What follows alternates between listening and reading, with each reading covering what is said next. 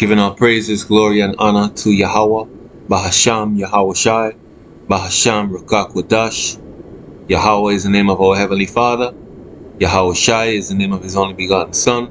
Rukakwadash is the Holy Spirit. So we are baptizing you in those names. Alright?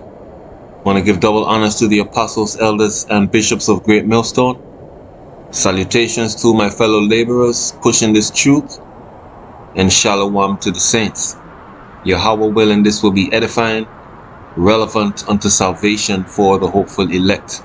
And the title of this lesson is The Perfect Black Swan Event. The Perfect Black Swan Event. And that's how we say perfect in the Virgin Islands, alright? Perfect. And what a Black Swan event is, it is an event that is going to change everything. Okay?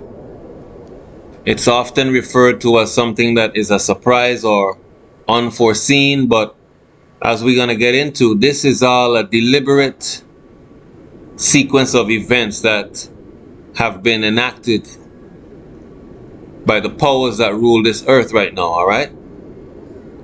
This war in Iran is the perfect Black Swan event to usher in Agenda 2030 and the United Nations Sustainable Development Goals.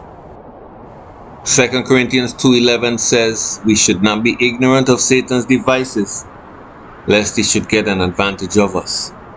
Sirach 12:10 says, never trust thine enemy. And our enemies have hatched up this plan to collapse the global economy and fulfill a lot of the so-called sustainable development goals that are all going to fall neatly into place now as a result of this war in the so-called Middle East. And we're going to go into some of the sustainable development goals, but the main goal that all these other goals that we're going to get into hang on is what was written on the Georgia Guidestones. Remember those? They were destroyed in 2022 in July, right after the end of the pandemic, so-called. But inscribed on those Georgia Guidestones in, I forget how many different languages, but quite a few, were the words, maintain humanity under 500 million in perpetual balance with nature.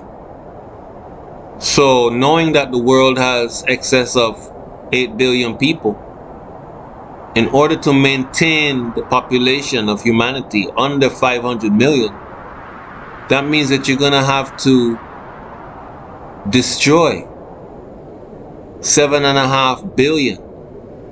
You see that?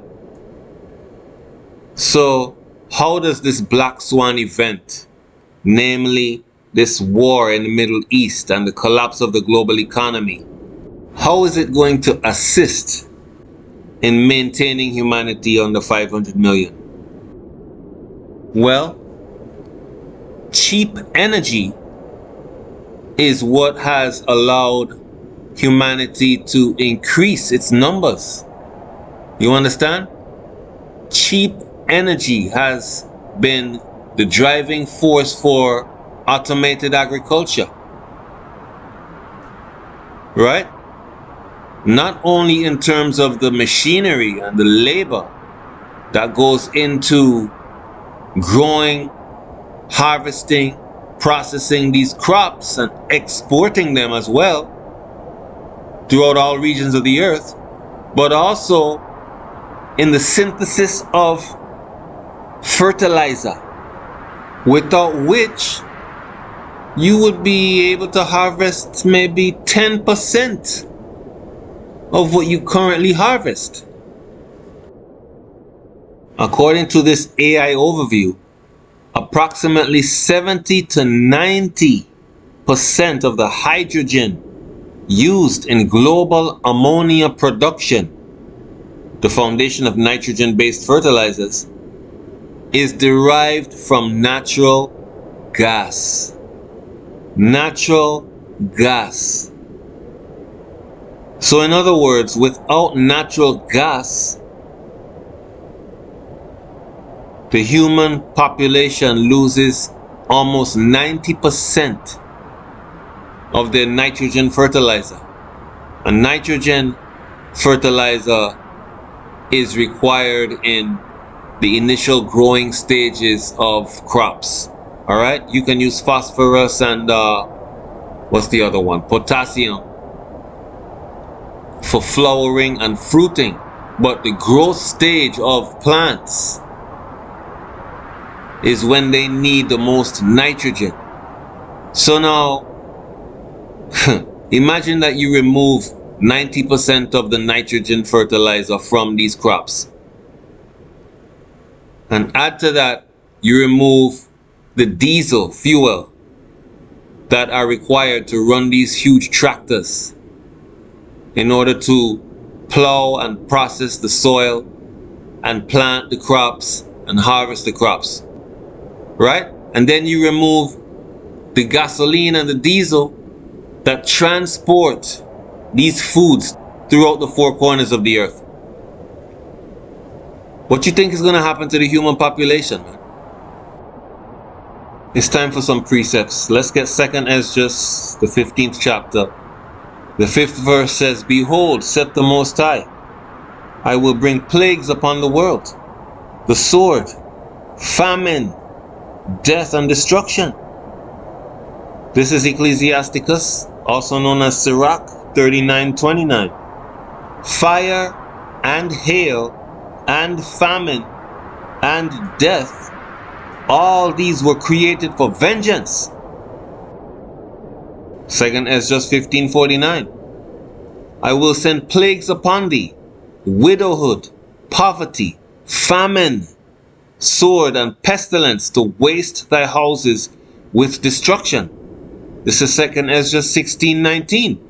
Behold, famine and plague, tribulation and anguish are sent as scourges for amendment. You see that?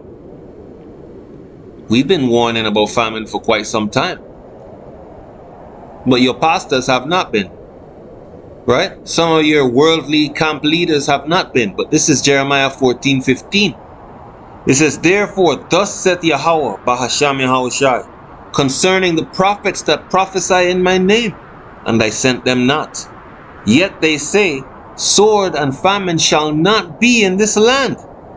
By sword and famine shall those prophets be consumed."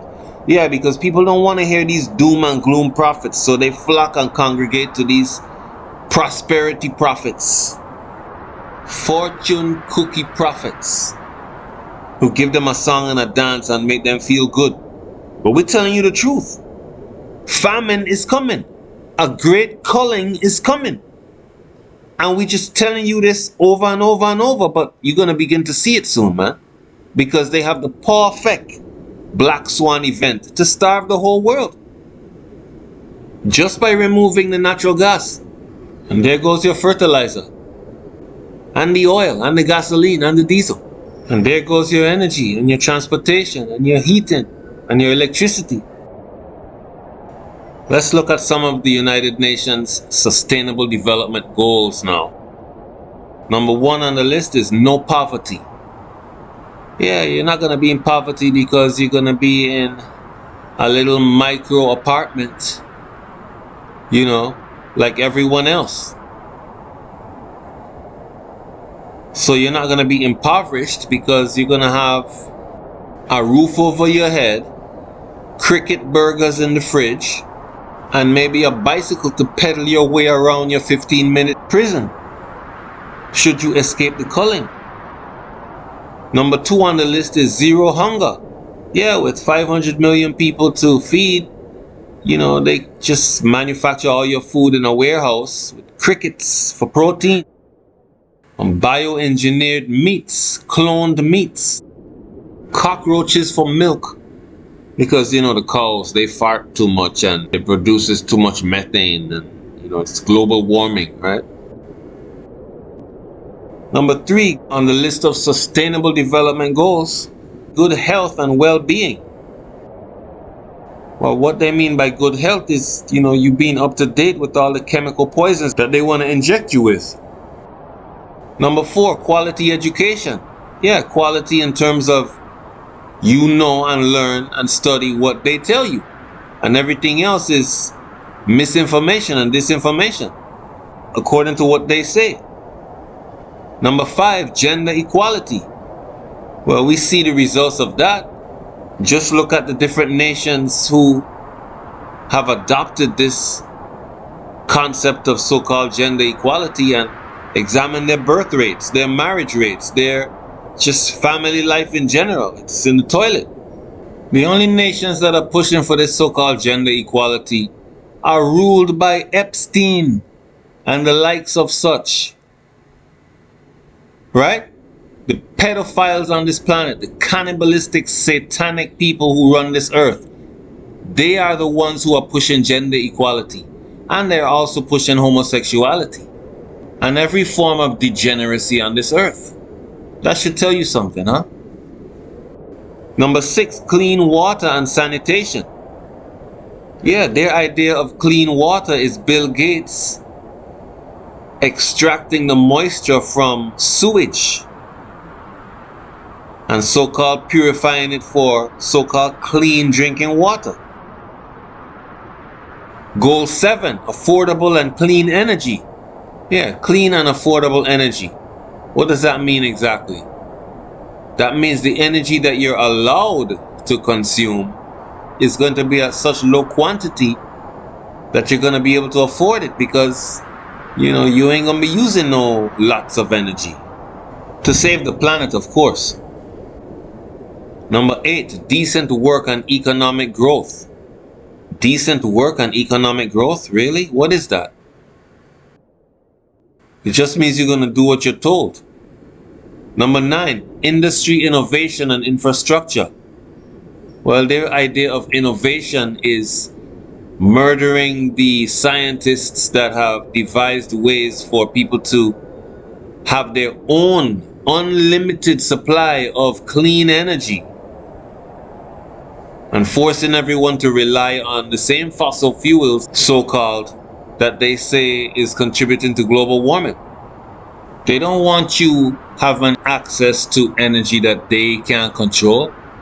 I'm surprised that they even have solar panels and lithium batteries available to the consumer public at this point.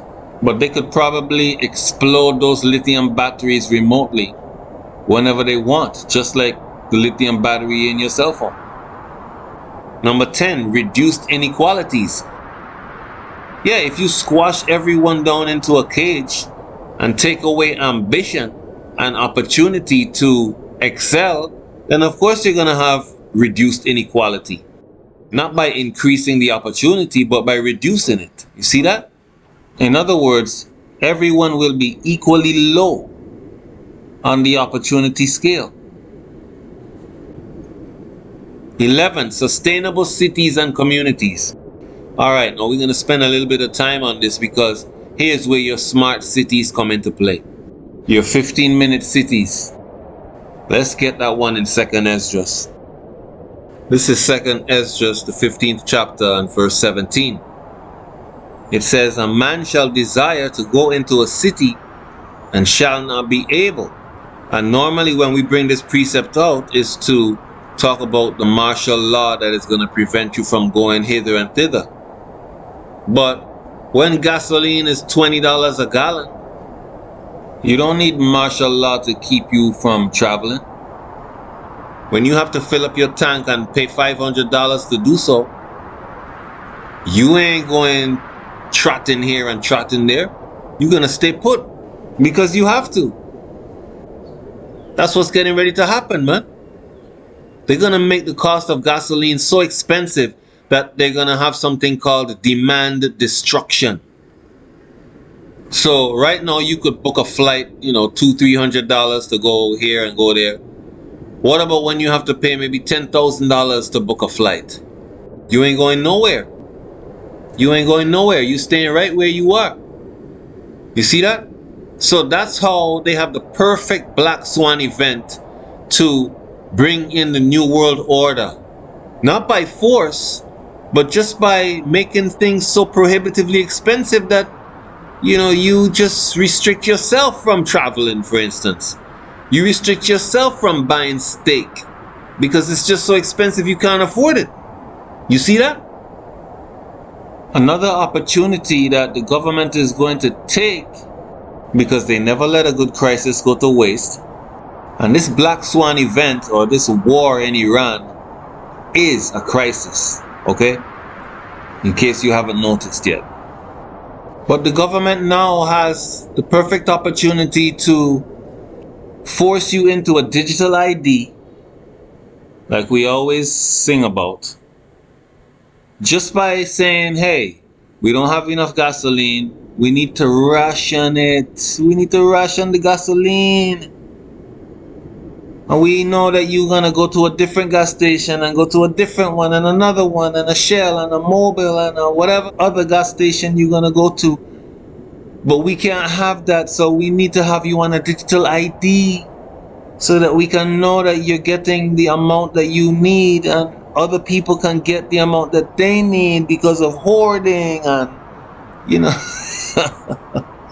They're gonna come up with all kinds of stuff, man, to herd you into this digital grid like we keep telling you over and over and over and over and over and over. Warning you about these things is part of our job. If we calling ourselves prophets, man. And the Most High is gonna hold us accountable for not warning you if we don't warn you. We don't want your blood on our hands. We're just telling you so that you can know what time it is and therefore what you must do. Seek the Most High before it's too late, while he may be found. Isaiah 55:6. So number 11 on the Sustainable Development Goals, sustainable cities and communities, is referring to 15-minute cities where you have everything that you so-called need within a 15-minute radius from where you reside, which goes hand in hand with development goal number 12, which is responsible consumption and production. That basically means you're going to consume, whether food or raiment or energy or whatever you use, in a responsible way to sustain the planet. Because, you know, eating bugs is less energy intensive than eating beef, for example. It takes less energy to produce the same amount of calories, right? Not nutrition, calories. Renting your clothes while having other people rent the same clothes is more viable for a sustainable planet than having your own shirt, your own pants, your own underwear. Remember they said you're going to own nothing and be happy. You're going to rent everything, including your space. Your bedroom is going to be rented out while you're not using it, man. That's their plan for you. You're going to know who the devil is, all right? And for most people, they need to feel it personally. They don't give a damn about what's happening in Gaza, what's happening in Iran, what's happening in Lebanon, what's happening wherever. They don't give a damn about none of that. When it hits them, when it hits their pocket and their life, then all of a sudden they understand. So that's what's going to happen. Number 13, climate action. That goes into the use of energy as well. They don't want you using energy anymore unless they say so and they deem it necessary for you. And that's if you survive the culling that they have planned for you. Then number 14, life below water. 15, life on land. That basically means they're going to own everything below the water and everything on the land. They're going to own it. So in order to go hunting and go fishing, those things are going to be prohibited. You check it out? For the sake of the planet. You see that? For sustainable development. Number 16, peace, justice, and strong institutions. Yeah, their idea of peace is they have their boot on your neck and a nuclear warhead in your mouth, but you are not allowed to stand up, you are not allowed to speak, and you are definitely not allowed to have nuclear weapons. They are the only ones who are going to have those types of weapons. That's their idea of peace. It has nothing to do with justice. It just has to do with them being on such a powerful level that you can't even show any kind of dissent. And when they say strong institutions, they just mean that this whole new world order is going to be institutionalized. So you're not going to be able to fight back. Period. And number 17, partnerships for the goals.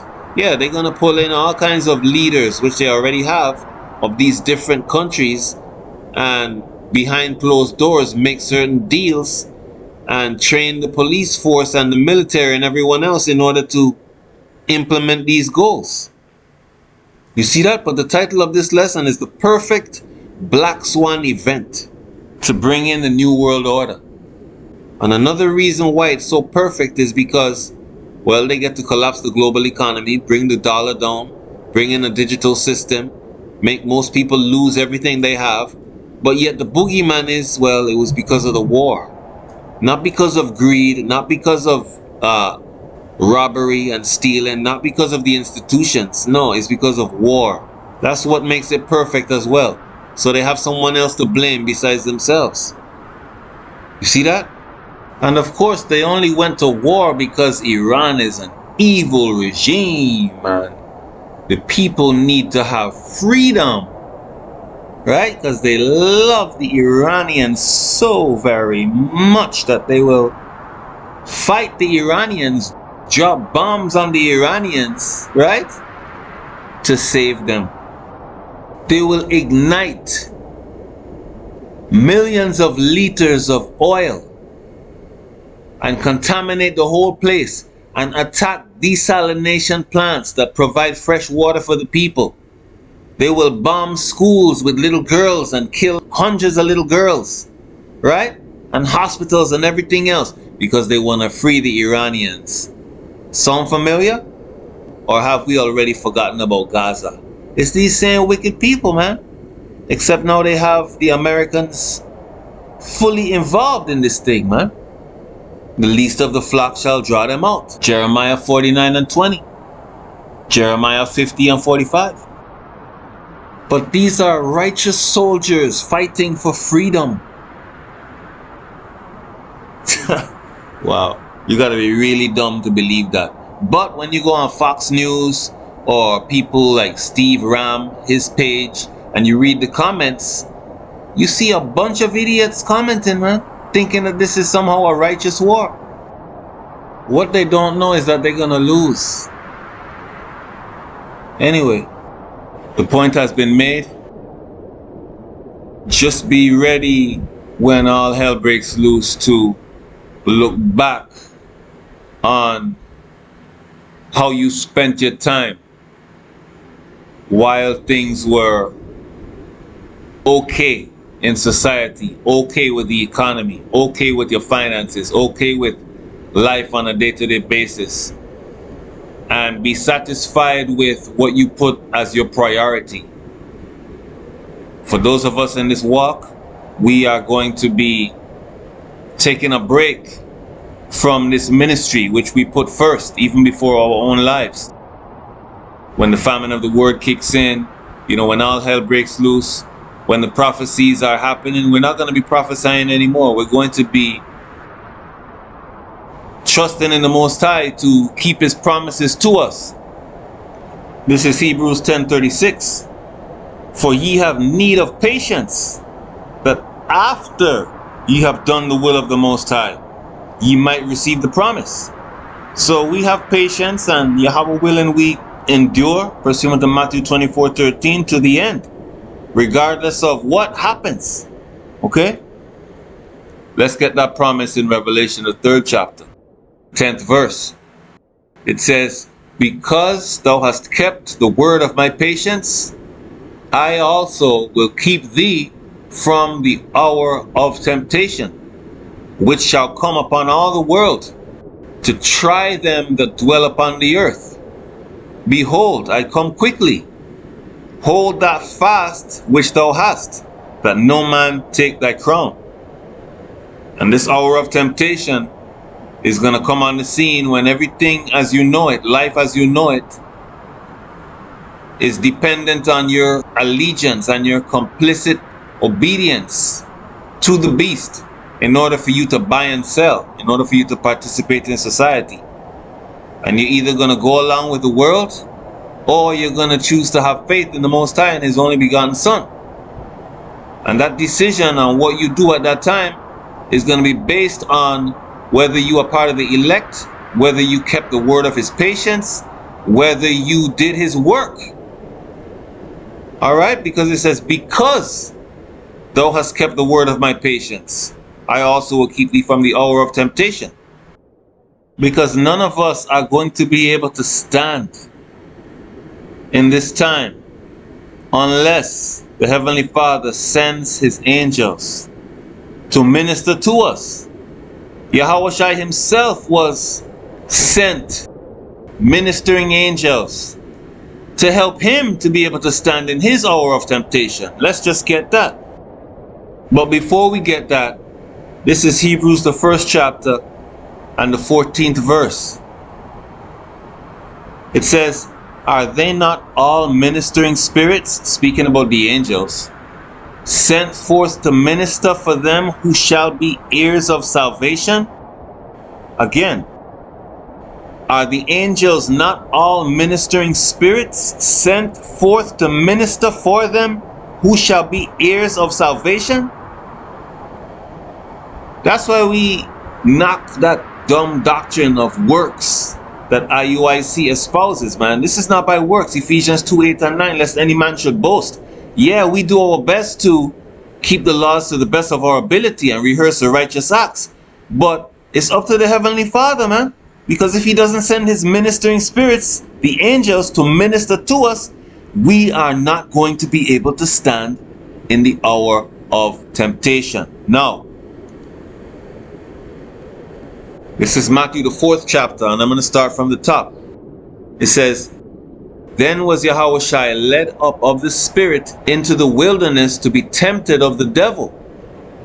And when he had fasted 40 days and 40 nights, he was afterward and hungered. And when the tempter came to him, he said, if thou be the Son of the Most High, command that these stones be made bread. But he answered and said, it is written, man shall not live by bread alone, but by every word that proceedeth out of the mouth of the Most High. Not some of the words or the words that you like. Every word, like it says in Proverbs 30 and verse 4 on down. Every word of the Most High is pure. It goes on.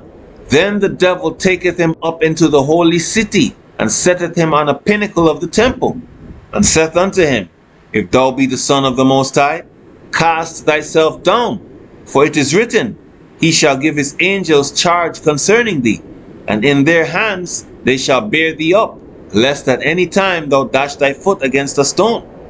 Yahawashi said unto him, it is written again, thou shalt not tempt Yahawah thy power.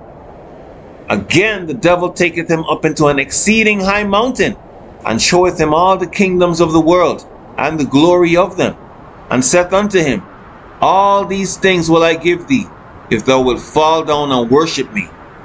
Then saith Yahawashi unto him, get thee hence, Satan, for it is written, thou shalt worship Yahawah thy power, and him only shalt thou serve. Then the devil leaveth him, and behold, and this is the point, and behold, angels came and ministered unto him. See that? This hour of temptation that's coming on the scene, brothers and sisters, man, it ain't nothing like we've ever seen before. You understand? Like it tells us in Daniel the 12th chapter. It's going to be a time that we don't even have words to describe it. And none of us are worthy. Alright? Yahawashi is the only one who is worthy, because he already went through all of this for our sakes. And it's totally up to him and his Father, or his Father and him. And my prayer is for all the saints who are doing this work in all sincerity and prioritizing this truth and this ministry above all else, losing out on many opportunities, losing out on many social engagements and friends perhaps, being ostracized and separated from the company of our loved ones, and almost being alone in this walk, man. My prayer is that we hold fast until the end, because this thing is almost upon us.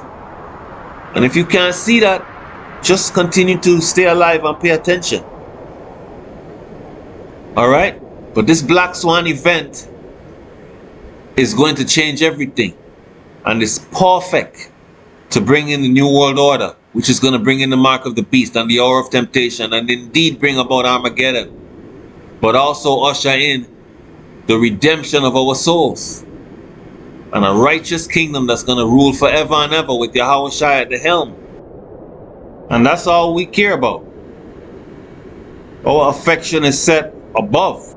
Colossians the 3rd chapter. So let this world go to hell. And let all of those people who don't believe, let them perish. But for those of us who believe, let us hold fast the profession of our faith. So, Yahawah willing, this has been edifying, relevant unto salvation for the hopeful elect, giving all praises, glory, and honor to Yahawah, Bahasham, Yahawashi, Bahasham Rakakwadash, Shalom.